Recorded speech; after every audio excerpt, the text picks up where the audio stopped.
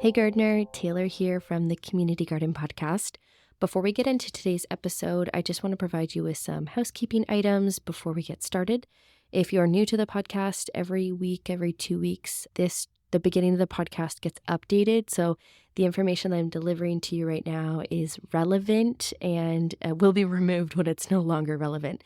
So if you've already heard this, if you're binge watching or binge listening, fast forward to about 5 or 6 minutes and we'll launch into the actual episode. So for today, it is currently the week of October 20th. And for folks in the Northern Hemisphere or for folks who are in similar zones, I'm in zone 6B and my first frost date is supposed to be early October. It's now October 20th and we still haven't actually had a frost, but the plants are starting to be damaged from the cold. We're getting about -3 degrees Celsius overnight right now, at least tonight. So we're pretty much done in the garden now. If you haven't had a chance, go into your garden and just remove. Actually, you could technically leave your entire garden, but if you're planning to remove anything from your garden, go ahead and snip the plants at the base. Don't actually pull them up out of the soil as long as they weren't diseased. You can go ahead and let them break down into the soil, and it also helps with better water access for next year, getting water down into the soil, and will help a little bit with soil erosion. If your plants were diseased, pull them out fully. You can also leave all of your plants over winter. You do not need to take them out of your garden. Don't let anyone make you think so. So now that we're done with the season, there's likely nothing else coming out of your garden. I still have a few loofahs, some flowers still going, a couple of small things, but for the most part, the season is over, folks. So my suggestion to you over the next couple of weeks, this will probably be the last time I update this until realistically November, December. I would really love for you to make notes about your gardening season. Please, please, please journal. Write down the things that you learned this year. Write down the things that you want to do differently next year. Write your observations down. Write your questions down. Write all your ideas down. Spring you will thank winter you, okay? Please. Also, as you're out in your garden mourning its loss, if you see any seeds that have matured, you can go ahead and pop them off your plants. Marigolds are a really fun way to save seeds. You'll wait for the seed heads to, become dry and crunchy, and they usually turn black. You can go ahead and pop them off. You can store them in a paper bag. There's lots of fun plants to pull seeds off of. Snapdragons, the little heads turn brown, and then they have little holes in the top, and you can flip it over and shake the seeds into your hand. Another fun one is coriander or cilantro. It's very obvious when the seeds are ready, so take a peek at the plants that are still in your garden, see if you can pull any seeds off them. Also, this is for anyone listening to this podcast. If you've ever thought about organizing a community garden, requesting a community garden in whatever area you live in, now is the time to start thinking about that if you have any sort of winter break. So right now, we're not going to be gardening now until March, April. So we do all of our prep work during the winter months. So this is when we take new garden requests. This is when we assess new sites. We discuss partnerships with different organizations. So if this is something that you have been personally wanting to do or your organization has been wanting to do, now is the time to start prepping. Okay, let's talk about some local activities. So these are folks who are in Southern Ontario. You live in Brantford, Brant County, Hamilton, Haldimand, Norfolk, and you want to get involved with our organization. We have a couple of things coming up that I want to put on your radar. So we are participating in the Brantford Santa Claus Parade. November 30th, we are having another parade float. Last year, we had a really fun 50-foot parade float. One of our volunteers, Ken, built a massive greenhouse on the float. I made a bunch of vegetable costumes. They were like sandwich board costumes. It was so much fun. The float definitely was DIY, but it was so cute and we really had a blast doing it together. So we're going to be doing it again this year. If you want to participate, our parade committee is going to be meeting on October 20th in the evening virtually, and you can get that link from me by emailing grow@egcgbrant.ca, or you can take a peek at our show notes page for the podcast and click the Contact Us button, and that would be the communitygardenpodcast.ca.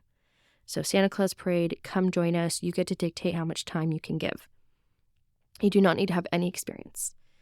Next thing, so this is very exciting. A couple of years ago, we hosted an Earth Day Community Garden Building Festival. Nope, Earth Day Community Building Festival, and we're going to be kind of re-envisioning that festival as a garden festival this year located at the Greenhouse and Learning Center. It'll be the grand opening. So that'll be happening in June of 2025. It's now all hands on deck to get this festival planned. So if you want to volunteer with us on the committee on the day of, whatever the case is, email grow@egcgbrant.ca or go to the show notes page.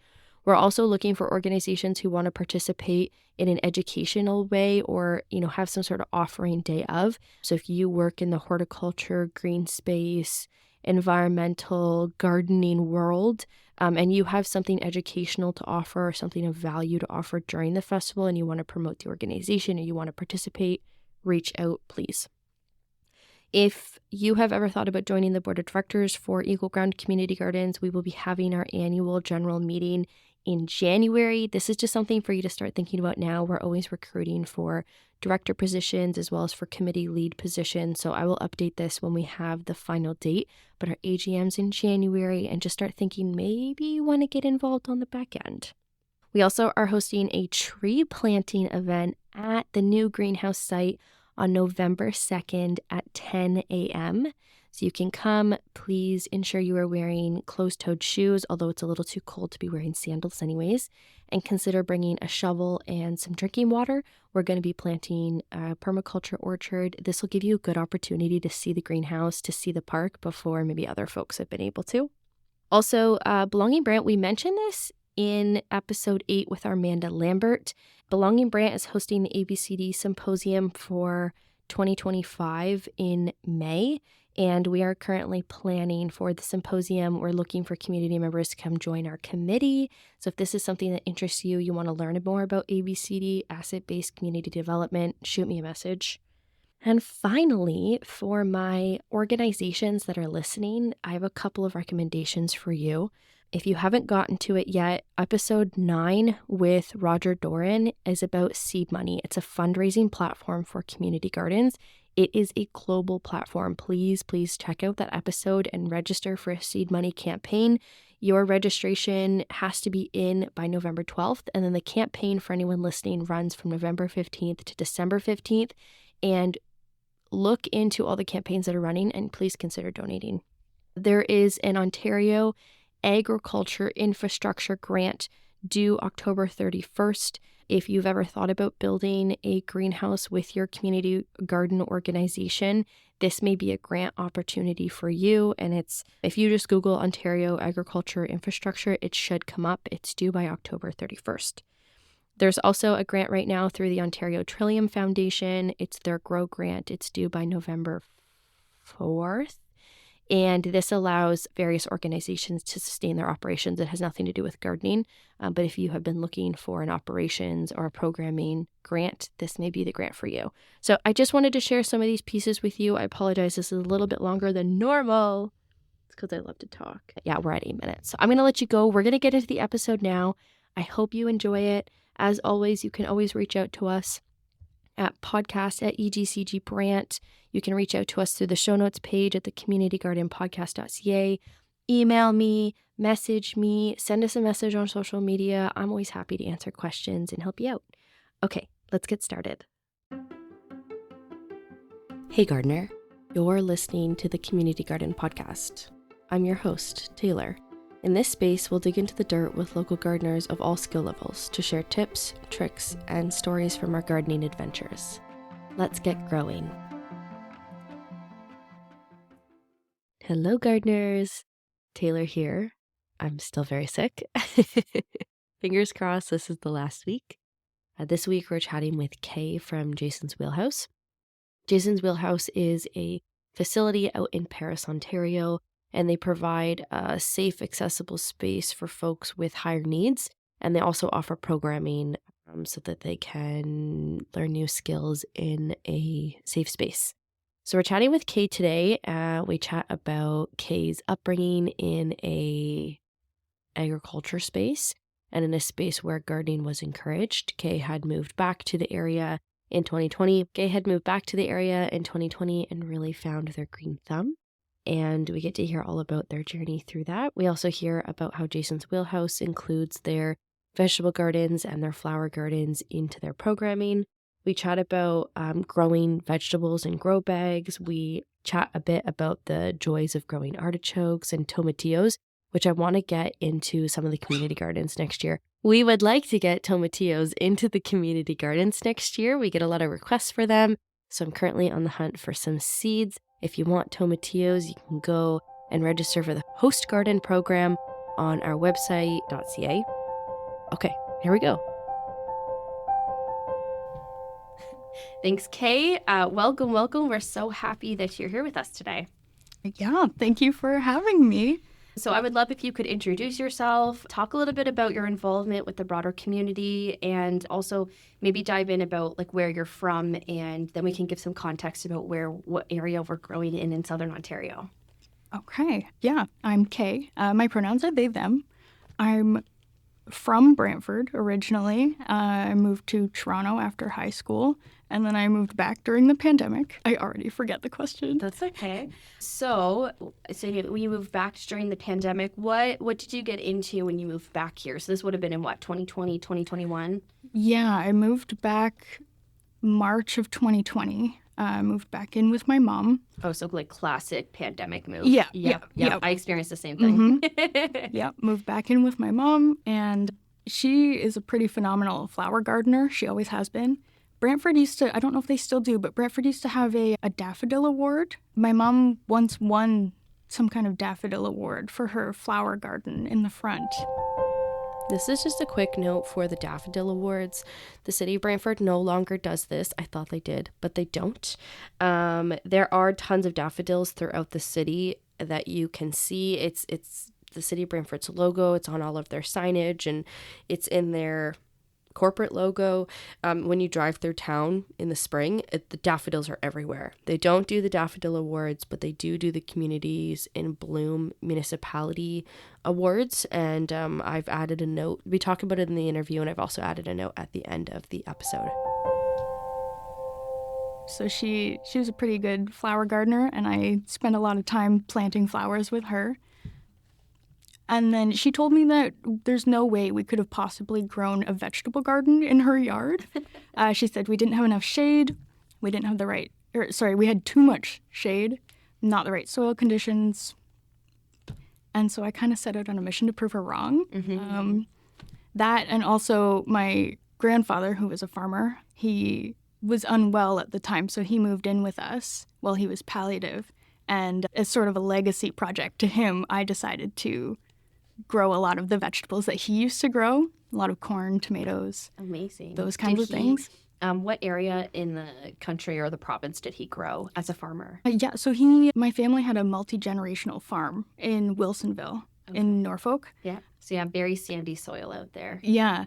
It used to be, I think when my mom was little, it was a potato farm, which makes a lot of sense. And then when I was little, it was more of a tomato farm. Mm-hmm.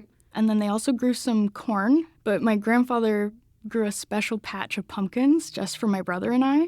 Oh. And in the fall, when the pumpkins were ready, we would like bounce along in the trailer. He would drive the tractor, and we would be bouncing along. So unsafe. I mean, you're still here. Yeah, exactly. I survived. And you have these great. Amazing memories. Yeah. And we would go and we would pick our own pumpkins, and then we would take them to the road, and we would sell our pumpkins for money, and we would use that money to buy our family Christmas presents. So that was kind of like my first job, was selling pumpkins as like a 5-year-old. Yeah. Mm-hmm. That's amazing. So I guess way back when you were small, you were gardening in Norfolk, mm-hmm. Which is in Zone 6B, and there's mm-hmm. typically sandy soil. Norfolk also borders Haldimand County, just for context for folks who are listening, and Haldimand County has clay soil. So it kind of depends on where you are in Norfolk, but for the most part, it's pretty sandy soil. They grow a lot of tobacco out there, lots of tomatoes, peppers. They've started in recent years dabbling in ginseng as well, especially for where the old tobacco farms used to be. So amazing. And then you were here in Brantford. You were growing mm-hmm. in Brantford at your mom's property in 2021. Mm-hmm. You mentioned the soil quality wasn't good. Do you know what your mom's reasoning for that was? Honestly, no. That's okay. I mean, it's pretty common. So I live in Homedale, just along the Grand River, and I garden in ground, which is a little bit risky. A lot of people give me some looks sometimes because the soil quality, it's well draining and it's sandy. We've built up a really great environment under the soil. It's really rocky. It's actually insane. I don't usually grow root vegetables down there, so I wonder if maybe that's the position your mom was coming from. Yeah, it's possible. A lot of our in-ground space was very shaded as well. So I ended up doing a lot of container gardening. I did a lot of grow bags. Yep. And I did that also so that I could take them inside for my grandfather to see because he wasn't always able to come outside. Oh my goodness. So that way he got to still give me tips on how to prevent like blossom end rot on my tomatoes or whatever it was. That's incredible that you were able to be able to adapt and be able to bring that inside for him. That must have been very, very special during that time. It was, yeah. That's incredible. So what types of things were you growing in your grow bags and in your containers? Oh, I grew just about anything I could get my hands on. Yeah. I wanted to try, because I had never grown vegetables before, so I wanted to try everything. I grew corn, different kinds of squash, different kinds of tomatoes, artichokes, ground cherries, tomatillos, huge cucumbers. I had a watermelon patch. I had a pumpkin patch. I had strawberries, blueberries. I had pretty much anything that I could get my hands on. That's incredible. I'm curious about the artichokes. Were you successful? I was actually. Yeah. I wasn't expecting to be successful, but I was. And I didn't actually grow them to eat. I actually grew them for the flowers because the flowers are so pretty. Yeah. The plant in general is really pretty, although it grows very weird. Do you want to explain a little bit for anyone, most people who are probably unfamiliar with how artichoke grows? Yeah, it looks very leafy at first. It grows huge, massive, and then all of a sudden there's like a little tiny artichoke that just kind of springs up, and each plant grows maybe 2, 3, sometimes it's not 4. too fruitful. Yeah. I've never grown artichoke, but I saw an image recently, and it was actually the first time I had ever seen it growing. This was honestly the other day, so this is very ironic. And what I was seeing, they were also being grown in grow bags. They got really tall, like 6 feet tall. And then at the very top of this long, thick stalk that had no leaves on it, there was an artichoke at the top. Does that sound accurate? Mine grew a little differently. Mine did not get that tall, and it got very leafy. Interesting. It's almost like maybe it was being grown in like a more tropical area, right? Maybe. It almost looked, have you ever seen like, I don't know if you grow tropical plants or anything, but occasionally on Facebook, these massive succulents or aloe vera will pop up like growing in Florida in someone's backyard. Like we're talking like 10 feet across, and then it will bloom, and this massive bloom comes out of it that's like 15, 18 feet tall, and they actually have to like prop it up with massive pieces of lumber just to keep it from like flopping over. That's cool. What the artichoke looked like. Wow. We'll have to pop an image of the artichoke in the show notes for this episode just so folks who are listening can go and take a peek. I think I have a picture of the ones I grew too. Ooh. I can send to you. Yes, that would be perfect. We'll throw a photo in the show notes for you folks who haven't seen what artichoke looks like, and maybe we'll kind of compare the ones growing in this region and the ones growing in the south to see like how they grow differently. Yeah. That's so much fun. Wow. How fun. I've also never grown tomatillos. How was that experience? I love tomatillos. Yeah. I used to work in a burrito place in Toronto, and we used to make our own salsa. And so that's where I got my love of tomatillos from. So when I decided to start gardening, I thought I need a salsa garden. So I grew tomatillos and onions and jalapenos to make my own salsa. It was so good. That's incredible. Salsa is really easy for you to make, folks. If you're growing any type of tomato and you're growing any type of herb, just grab some onions, chop it up, throw anything that you're growing in your garden into it, and I promise you're going to find it delicious because it's garden grown, right? Yeah.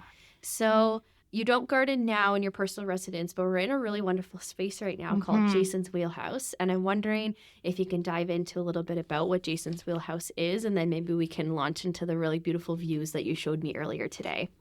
So Jason's Wheelhouse is a not-for-profit. We're a recreation center that's designed to be inclusive and barrier-free for folks of all ages who have higher sensory and support needs. Janice Nill is the founder, lovely woman, and she has a son named Jason, and this facility was built for him. He is nonverbal. He's got autism. He has some aggression and behavioral tendencies. So when he sort of aged out of school, he needed a facility, and Janice saw a need for other people like him to have a facility where they could come and feel comfortable and be themselves.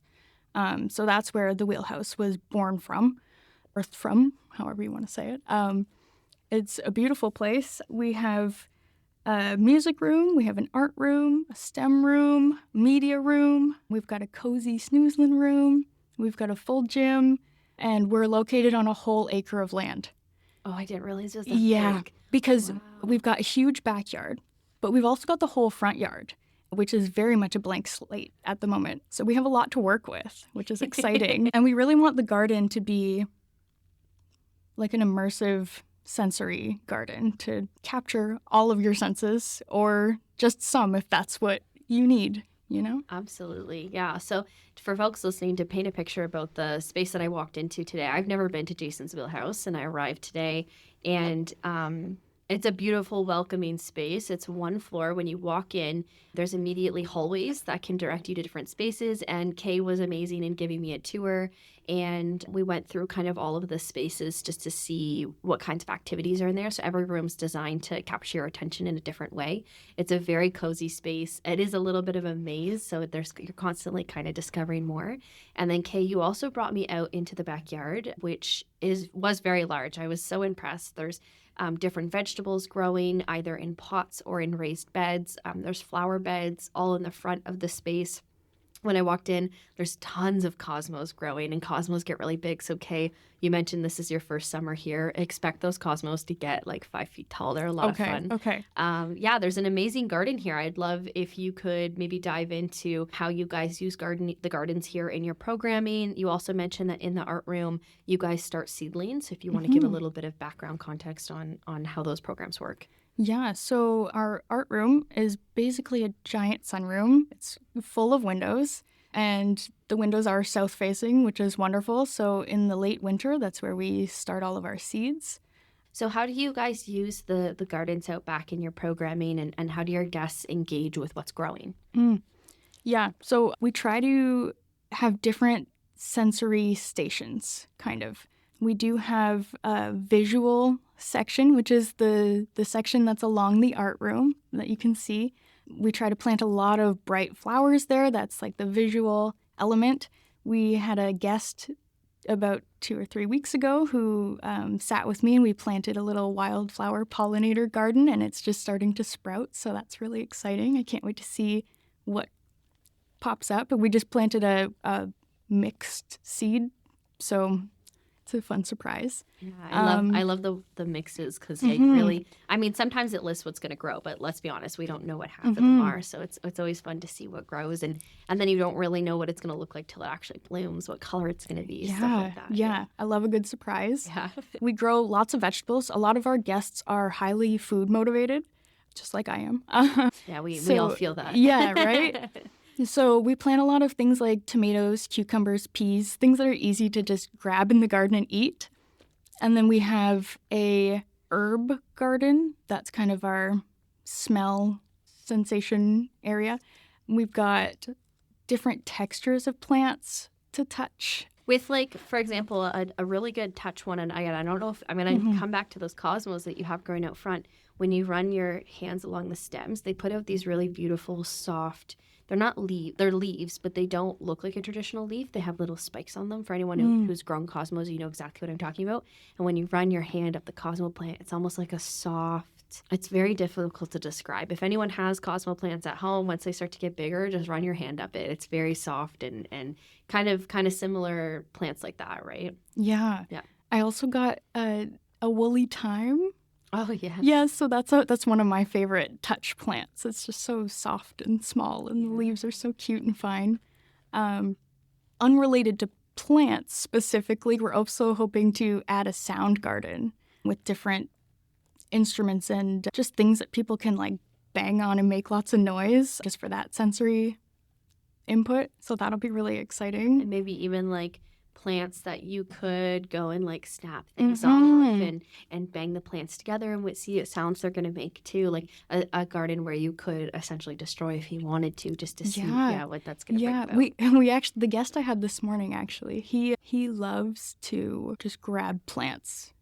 Sometimes he puts them in his mouth, and sometimes he just tosses them on the ground.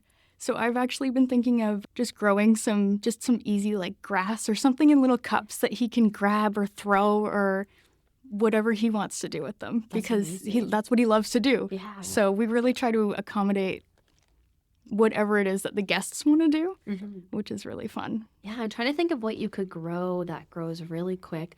You know what you should do? Microgreens. You can get packages of them, large packages. They're very, very cost effective. And you can grow them almost in jars. Or you could grow them in the soil and they grow within a couple days. Yeah. And they're really, same thing, really fun to touch and to feel. And they crunch really well too. So both for sensory purposes and for your guest that likes to throw things, like throw the plants around, that would be a really easy, fast grower. And have you ever seen maybe creators online who grow big beds of like grass in containers for their guinea pigs or something? Yes. Something like that. They grow really, really quick.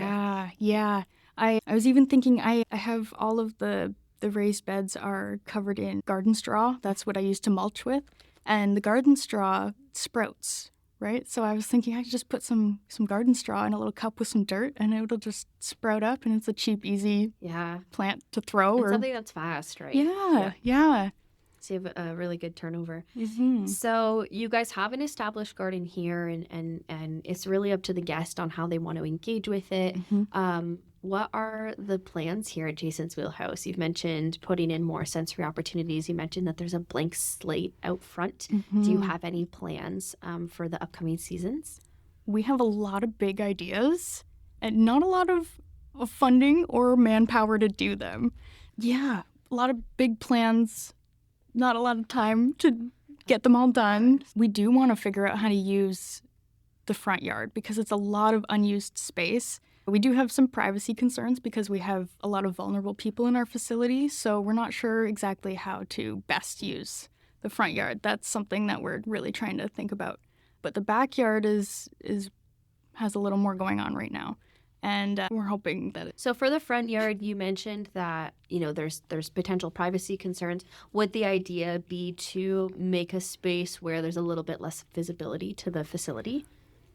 I think so. We still want the facility to be visible, but we don't want people to just think that they can walk up the yard, Yeah, because right now it's a very inviting space. It looks like a business, right? It doesn't look like a residence or anything like that. So sometimes when it's a business, people, feel like they might be able to just walk in, right? Yeah, and right across the street, there's a trail entrance too. So like I've thought about maybe a little free library or something, but we don't want just anybody walking up off the trail either. I almost wonder, like in my garden, I do a lot of vertical gardening, and I see that you guys do it here as well with your cattle panels for the squash and the cucumbers, and I think you've got cantaloupe back there. I do. Yeah, I saw them by the arch. So they'd be growing up and over, maybe actually putting in another vegetable garden out front where maybe you're going to grow pole beans. Pole beans can grow 12 feet tall, right? And maybe it can kind of provide a little bit more privacy for the facility and also act as a barrier for people. Then at the same time, you may be attracting people up to the space. Yeah, so it's really complicated. Signage. I know. Yeah. You could also consider adding like ornamental gardens to make it almost look like a front garden. Like if you were driving through a residential space, you see that you have front gardens and things like that. Yeah. So then maybe people would be a little bit less hesitant to just walk up to the facility. Yeah. Because right now it's just a big empty grass slate, and then you gotta mow all that grass too, right? Oh my gosh, I know. It's a lot. Yeah, it's a lot, and we don't have a riding mower either. Oh wow, you gotta push one. Yeah, a full acre of land and no riding mower. And not anyone a lot of time. Listening, if you want to sponsor Jason's Wheelhouse with a riding lawnmower, opportunities open. We are always looking for donations. Yeah.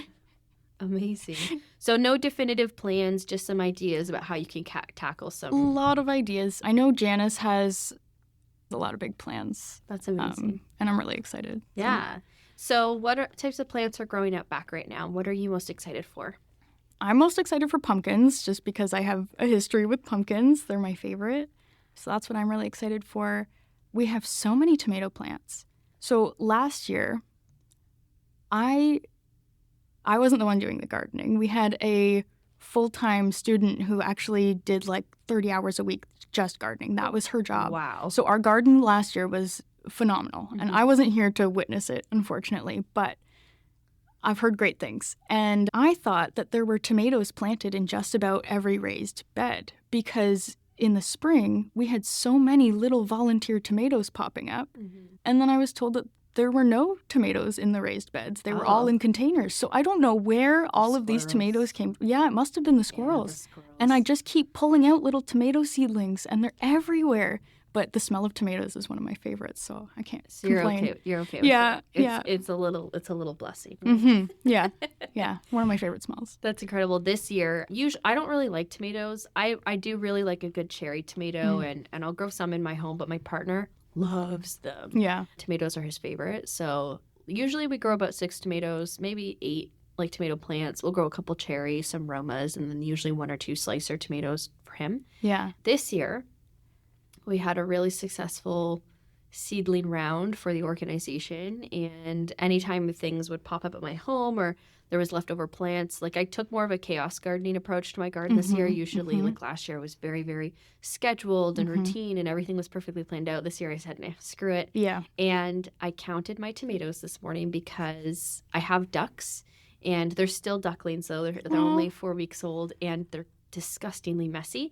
And right now we have a kiddie pool for them in like a temporary pen that moves around during the day just because we don't want them free ranging yet. And then at night they go into their locked up house. But during the day they use this kiddie pool, and ducks poop in their water. So, and also duck poop is immediately bioavailable. It doesn't have to break down. It's like fish poop. So this morning I went and I scooped the duck water out and I fertilized all the tomatoes, and I counted. And again, we usually grow 6 to 8, and I have 27 tomatoes growing this year. Because I kept finding them. I'm like, I don't want the seedling to go to waste. So I just go find a spot for it. 20. I don't even like tomatoes. Yeah, same. I don't love tomatoes either, but I should go out and count how many I've got. Oh, I imagine it's a lot. It's a lot. It's really a lot of tomatoes.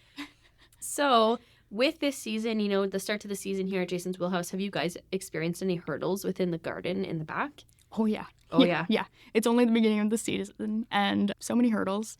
We have back in March or April, I was trying to turn over the soil and get it all ready for the spring, and I found a nest of baby bunnies in one of the raised beds. So that I wanted to wait for all the bunnies to leave the nest before I even touched it, and then by the time they did, I dug up that bed, got it all ready, moved on to the next bed. There was another nest of baby bunnies. Oh my gosh. So we have lots of rabbits that like to eat things. And then we also have a family of groundhogs that live on site in the backyard as well. I mean, you made a beautiful home for this wildlife. And the groundhogs can get into the raised beds. I didn't think they could jump that high, but they'll get over that fence. Yeah, they're pretty. We also don't have names for them, so if anybody listening would like to name our groundhogs. How many is there? Roughly. There's at least, I've seen at least, there's one big one and at least one little one, but I never see them together, so it's hard to know. Yeah, if they're all like the same or if they're separate. And then with the bunnies, it's great that Mama Bunny found a really safe space to have a nest, but then those bunnies now are going to find food and they're going to stick around. Which, of course, you guys live in a great space where there's a lot of naturalized area around you, and if you were further in, say, the city, those bunnies definitely would want to stay because there's less naturalized areas, but at least you're providing a home for them. Yeah, exactly. Have you ever seen Chuck the Groundhog on social media? Yes. So for those listening, you can go look him up, Chuck the Groundhog, on Instagram, I believe, and they may be on TikTok now. There was this man who was growing a vegetable garden in his backyard, and something kept eating his vegetables, so he set up a camera. And then every night, this groundhog would steal the vegetables and stand in front of the camera and eat them. And so it was funny because it was like Chuck was taunting the homeowner. So the homeowner went and grew Chuck his own garden so that he would leave the main garden alone. And then Chuck had a family at the garden. And now this person's just been documenting the journey of these now generations of groundhogs that are just live in his backyard. I love Chuck the Groundhog. Chuck and his family. Oh, it's so funny. Them. I love when it pops up on my social media. Yeah. So with the potential garden plans and also the existing work that's being done here at Jason's Wheelhouse related to gardening. How can Equal Ground and the broader community support the work that's being done here? Yeah, that's a great question. We definitely need a lot of support, and we can definitely use lots of support. Some ways that we could use some help from the community are any kind of donation, like soil, especially. Our backyard, when Janice first started this facility, apparently it was a gravel pit. Yeah, because we're in a really industrial area, and the whole backyard was a gravel pit. And so they planted the grass, that they did that. And then that's why we grow a lot in raised beds and containers, because our soil is very gravelly. You would never know walking into the space. It looks amazing. It's beautiful out there, but yeah, it used to be a huge gravel pit. So we do spend a lot of money on dirt. So if anybody has dirt to donate or manure, anything. Yeah, Equal Ground does get, that we work with the landfill and with the city, and they do provide us with a silly amount of soil. So we'll definitely have to connect. Yeah, absolutely. Next season to get some Yeah, here. for sure. We also talked about potentially a riding lawnmower. Is there anything else that you can think of that might be beneficial? Oh, gosh. You think? I have allergies today. Oh, I know. The allergies are so bad around here. Like just the dandelion fluff that's floating around right now. It's like it's crazy. Snowing outside. And it's been happening now for like a month. Mm-hmm. I've never seen it happen this long. Yeah. Lawnmower, dirt. Probably things like you guys. Fertilizer would be great. Just generic gardening maintenance whatever stuff. you need to garden, we need it. Good stuff. Okay, noted. We gotcha. And then do you have any special gardening related stories that you want to share? And also if the answer is no, that's fine too. Oh, one of my favorite things that I've done in gardening is I keep going back to pumpkins, because pumpkins are just, they're my childhood, right? They're my thing. Heart. My birthday's also in October. My brother's birthday's also in October. So big pumpkin fan. One of my favorite things that I did when I was growing at my mom's house was my little pumpkin patch that I had. And I grew them vertically because I didn't have a lot of space to work with. So my pumpkin patch, I had 4 plants, and each one was at least 13, 14 feet in the air. And then the vine came back down. And then it was just so beautiful to watch. Like I wasn't super successful actually at growing the pumpkin itself, but the vines, just watching the vines grow was amazing. Watching the bees in the squash blossoms, so pretty. Having squash blossom fritters for dinner, delicious, so good. And then at night, my mom's patio lights kind of lit them up. Oh. So it was just like huge vines in the dim light, and it was really pretty. So when you said you grew them vertically, did you literally grow them straight up, or did you grow them over like a cattle panel, like out back? No, I grew them straight up. Wow. I didn't have a lot to work with. Pandemic, no money, not a lot of resources. I had never gardened before. The nice thing is you can garden for very cheap. Yeah. So I did a lot of junk hunting on the side of the road, actually, and that's how I got a lot of my raised beds, a lot of my containers. I made a watermelon bed literally out of a headboard and some wood. So I used the headboard as a trellis. I found it on the side of the road, and then I just added some wood panels to the side to make it a little box, and that's where I grew my watermelons. So I like to be thrifty in the garden, and I like to especially be thrifty in the garden here because we don't have a lot of funding to work with. Yeah. So I like taking free things and turning them into cool garden stuff. That's awesome. We'll have to get a photo from you if you have any. Yeah, I'll definitely look through my camera roll. Yeah, and see what you got. Yeah. Okay, I have a couple rapid fire questions. Okay. I say that with quotations only if you're comfortable, and we can take as long as we want on each of them. What's one thing you dislike about gardening? Earwigs. Yes, it's earwig season right They're now. so bad right now. Like the shed out back, you open it, just thousands of earwigs. I've never seen them so bad. You know, it's been exceptionally bad this year. I noticed last year that there were no earwigs, and I thought, oh, maybe because I use really heavy mulch in my garden, which deters them. Like, they're not in my actual garden. They're on quite literally everything else. And then this year, I've noticed, especially baby earwigs, they're quite literally everywhere. Yeah, So even in my apartment. Yeah. They're in my apartment. It's not even just the garden. They're just invading everywhere. Yeah, earwigs are a pain in the butt. Yeah. I feel like they kind of taper off, though, later in the season. So at the very least, hopefully we get a reprieve. Like maybe it's the heat wave. I don't know what's going on this year. I think it's especially bad. The dampness, the humidity. Yeah, We've had a lot of humidity this year. Absolutely. Do you have any garden goals for the season this year at Outback?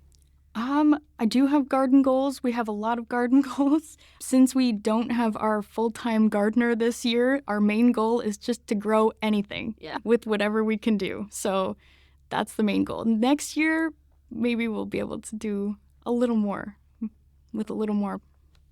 Maybe we'll get some volunteers that can garden. Yeah, maybe we'll partner with Equal Ground. Maybe we'll. Oh, sounds like a good idea to me. Yeah. Maybe we'll really step it up next year. Get some volunteers out there. Yeah, that definitely helps a little bit. Yeah. I know the answer to this. My question is, do you have a favorite vegetable to grow? And I think it's pumpkin. It is pumpkins, 100%. Anything in addition to pumpkins? Ground cherries. I really love ground cherries. So fun. Yeah. Ironically, my 12-year-old sister calls them mini pumpkins. Cute. Because she loves to pop them through their little husk. Anyone who hasn't grown a ground cherry before, they kind of grow like a bush, and then they put out these little blossoms that the fruit is kind of wrapped in this like papery husk. If you've ever grown Chinese lantern, it's the same style, but do not eat Chinese lantern. That's or a tomatillo even. They're very closely related to a tomatillo. Yeah, it looks exactly like a tomatillo as well. And then you kind of pop the fruit out, and they're this like orangey yellow color. They're so delicious. A lot of people aren't aware of them. They're super easy to grow, and they self-seed really easily.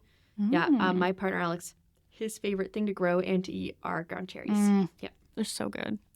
Favorite vegetable to eat? Probably I love fresh Ontario corn.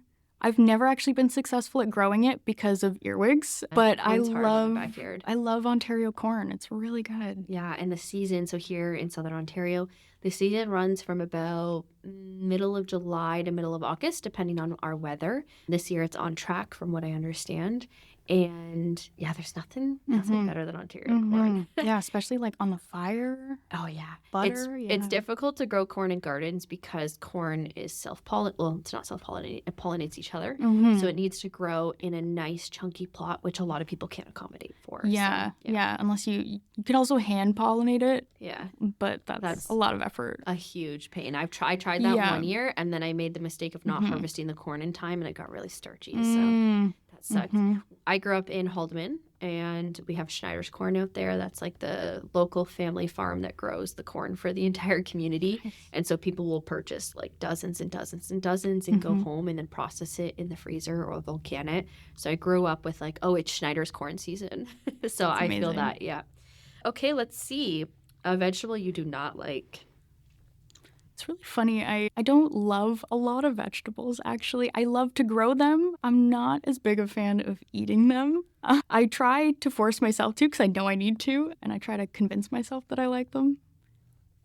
But do you have anyone that you're like, if you put this in front of me, I must turn away? No, I'll eat just about anything. You just have a general dislike. Yeah, like it's not a dislike. It's just there's other things I'd rather eat. I'd rather eat fruit.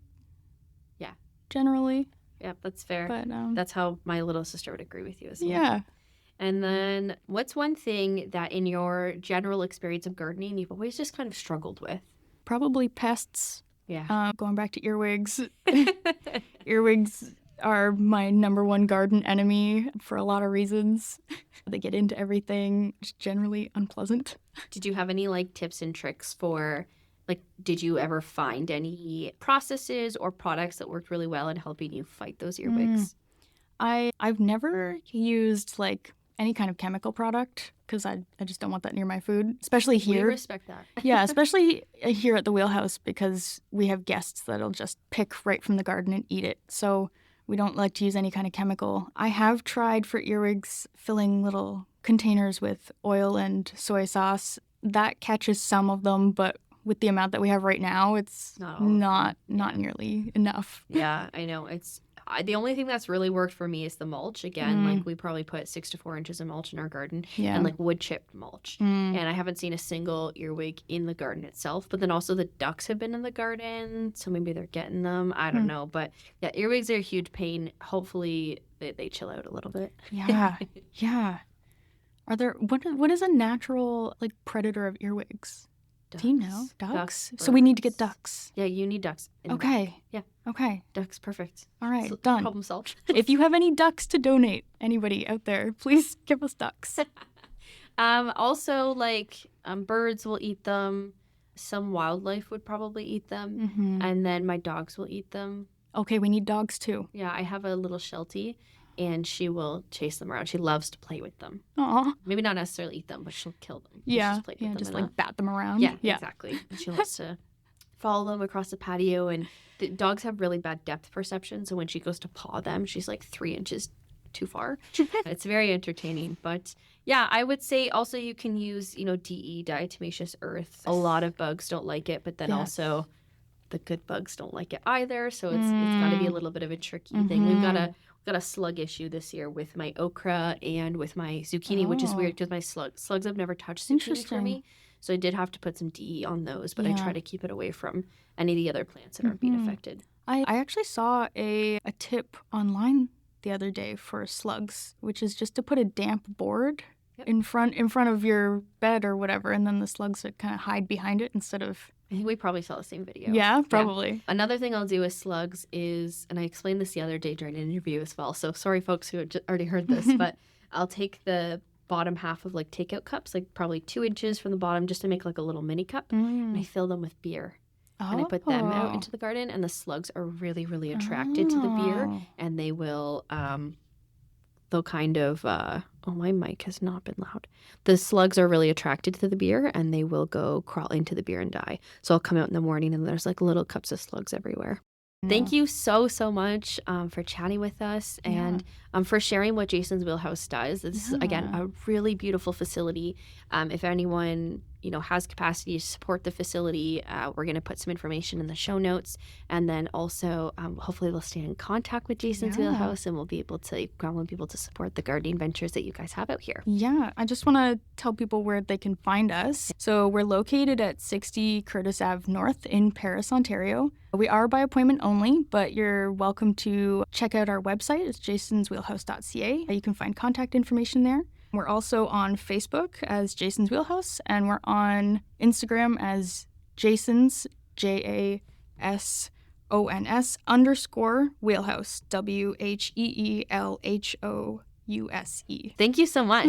So you can go give Jason's Wheelhouse a follow, kind of see what they're up to, and maybe you have somebody in your life that could really benefit from, the facility here. Yeah, we welcome any age, any ability. That's amazing. So, Awesome. Thank you. Thanks.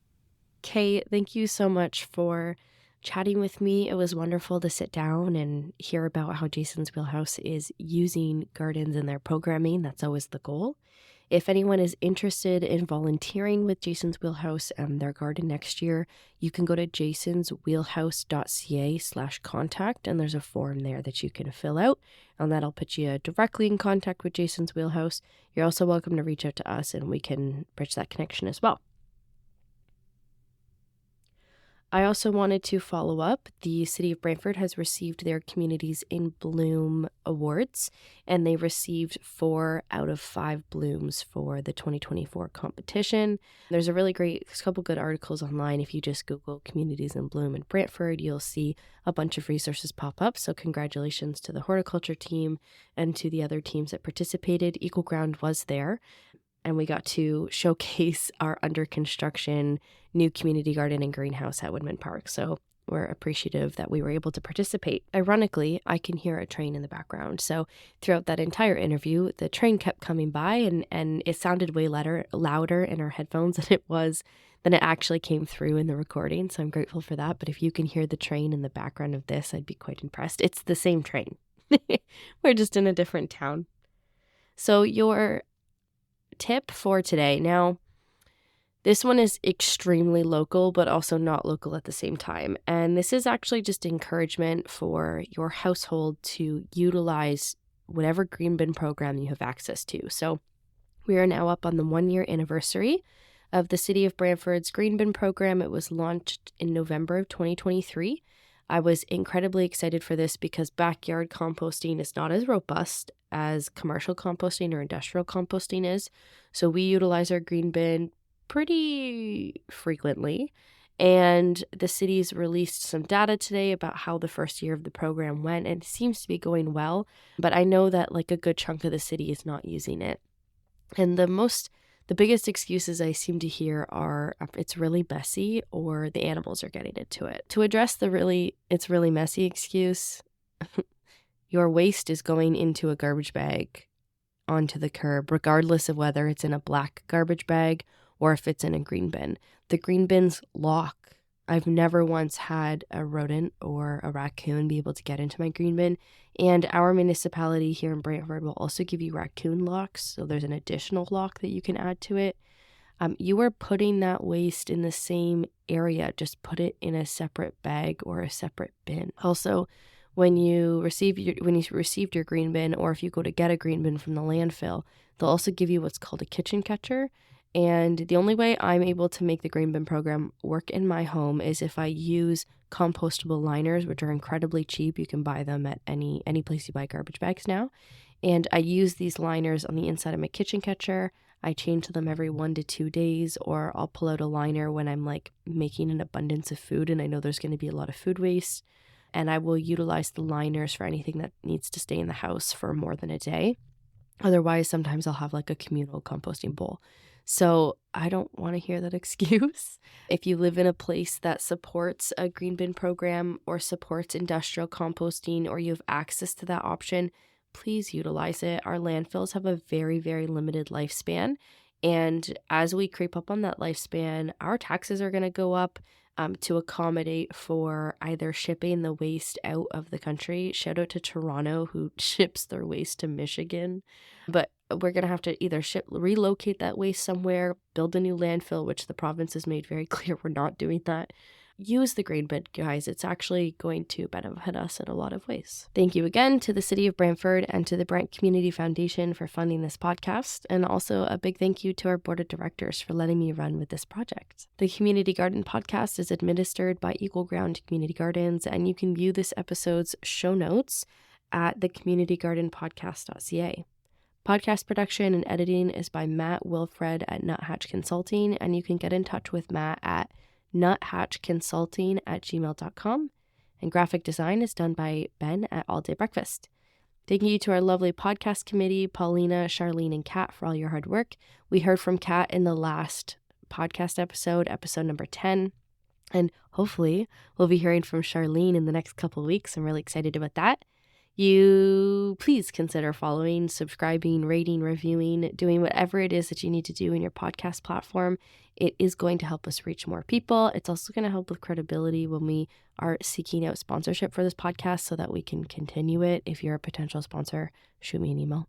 You can follow Equal Ground on Facebook at Equal Ground Community Gardens, and you can also join our Facebook support group at the same name.